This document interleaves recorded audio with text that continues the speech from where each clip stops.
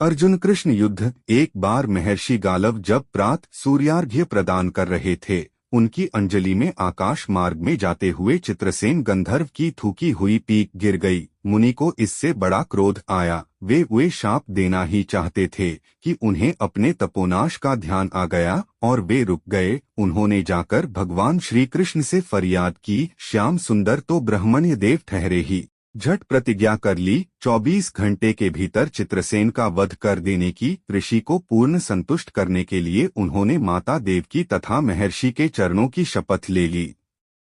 गालव जी अभी लौटे ही थे कि देवर्षि नारद वीणा झंकारते पहुंच गए। भगवान ने उनका स्वागतातिथ्य किया। शांत होने पर नारद जी ने कहा, प्रभो, आप तो परमानंद कंद कहे जाते हैं।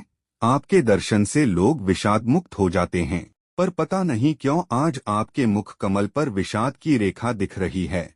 इस पर श्याम सुंदर ने गालव जी के सारे प्रसंग को सुनाकर अपनी प्रतिज्ञा सुनाई। अब नारद जी को कैसा चैन आनंद आ गया। झटपट चले और पहुंचे चित्रसेन के पास। चित्रसेन भी उनके चरणों में गिर अपनी कुंडली आदि लाकर ग्रह दशा पूछने लगे। नारद जी ने कहा, अरे तुम अब यह सब क्या पूछ रहे हो? तुम्हारा अंतकाल निकट आ पहुंचा है। अपना कल्याण चाहते हो तो बस कुछ दान पुण्य कर लो। 24 घंटों में श्री कृष्ण ने तुम्हें मार डालने की प्रतिज्ञा कर ली है। अब तो बेचारा गंधर्व घबराया। वह इधर उधर दौड़ने लगा। वह ब्रह्मधाम, शिवपुरी, इंद्रम्बरुण सभी के लोकों में दौड़ता फिरा, पर किसी ने उसे अपने यहाँ ठहरने तक नहीं दिया। श्री कृष्ण से शत्रुता कौन उधार ले। अब बेचारा गंधर्वराज अपनी रोती पीटती स्त्रियों के साथ नारद जी की ही शरण में आया। नारद जी दयालु तो ठहरे ही, बोले, अच्छा यमुना तट पर चलो। वहाँ जाकर एक स्थान को दिखाकर कहा, आज आधी रात को यहाँ एक स्त्री आएगी। उस समय तुम ऊंचे स्वर में विलाप करते रहना। वह स्त्री तुम्हें बचा लेगी, पर ध्यान रखना, जब तक वह तुम्हारे कष्ट दूर कर देने की प्रतिज्ञा न कर ले, तब तक तुम अपने कष्ट का कारण भूलकर भी मत बताना।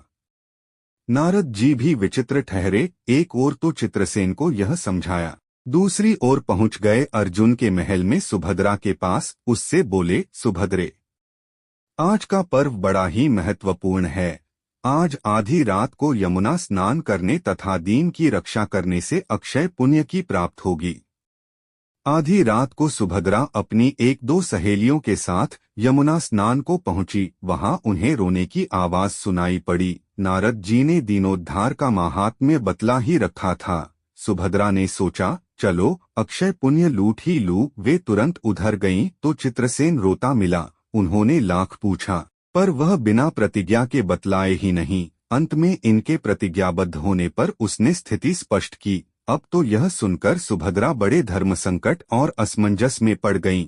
एक ओर श्री कृष्ण की प्रतिज्ञा, वह भी ब्राह्मण के ही के लिए, दूसरी ओर अपनी प्रतिज्ञा। अंत में शरणागत त्राण का निश्चय करके वे उसे अपने साथ ले गईं। घर जाकर उन्होंने सारी परिस्थिति अर्जुन के सामने रखी। अर्जुन का चित्रसेन मित्र भी था।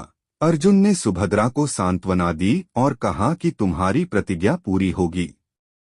नारद जी ने इधर जब यह सब ठीक कर लिया, तब द्वारका पहुंचे और श्री कृष्ण से कह दिया कि महाराज, अर्जुन ने चित्रसेन को आश्रय दे रखा है, इसलिए आप सोच विचार कर ही युद्ध के लिए चलें। भगवान ने कहा, नारद जी, एक बार आप मेरी ओर से अर्जुन को समझाकर लौटाने की चेष्टा करके तो देखिए।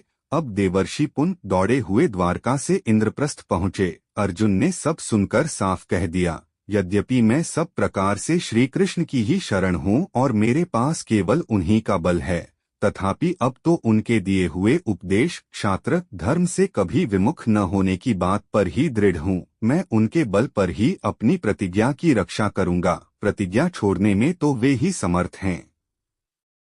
दौड़कर देवर्षि अब द्वारका आए और ज्यों का त्यों अर्जुन का वृत्तांत कह सुनाया। अब क्या हो? युद्ध की तैयारी हुई। सभी यादव और पांडव रणक्षेत्र में पूरी सेना के साथ उपस्थित हुए। तुमुल युद्ध छिड़ गया। बड़ी घमासान लड़ाई हुई, पर कोई जीत नहीं सका। अंत में श्री कृष्ण ने सुदर्शन चक्र छोड़ा, अर्जुन ने पाशुपतास्त्र छोड़ दिया। प्रलय के लक्षण देखकर अर्जुन ने भगवान शंकर को स्मरण किया। उन्होंने दोनों शस्त्रों को मनाया, फिर वे भक्त वत्सल भगवान श्री कृष्ण के पास पहुँचे और कहने लगे, प्रभु राम सदा सेवक रुचि राखी, वेद पुराण लोक सब राखी। भक्तों की बात के आगे अपनी प्रतिज्ञा को भूल जाना तो आपका सहज स्वभाव है। इसकी तो असंख्य आवृत्तियां हुई होंगी। अब तो इस लीला को यहीं समाप्त कीजिए। बाण समाप्त हो गए। प्रभु युद्ध से विरत हो गए। अर्जुन को गले लगाकर उन्होंने युद्धश्रम से मुक्त किया। चित्रसेन को अभय किया। सब लोग धन्य धन्य कह उठे, पर गालव को यह बात अच्छी नहीं लगी। उन्होंने कहा, यह तो अच्छा मजाक रहा। स्वच्छ हृदय के ऋषि बोल उठे, लो मैं अपनी शक्ति प्रकट करता हूँ। मैं कृष्ण, अर्जुन, सुभद्रा समेत चित्रसेन को जला डालता हूँ। पर बेचारे साधु ने ज्यों ही जल हाथ में लिया, सुभद्रा बोल उठी, मैं यदि कृष्ण की भक्त हूँ और अर्जुन के प्रति मेरा प्रतिव्रत्य पूर्ण हो तो यह जल ऋषि के हाथ से पृथ्वी पर न गिरे। ऐसा ही हुआ। गालव बड़े लज्जित हुए। उन्होंने प्रभु को नमस्कार किया और वे अपने स्थान पर लौट गए। तदनंतर सबो अपने अपने स्थान को पधारे। दोस्तों, वीडियो अच्छी लगी हो तो लाइक और सब्सक्राइब जरूर करें। धन्यवाद।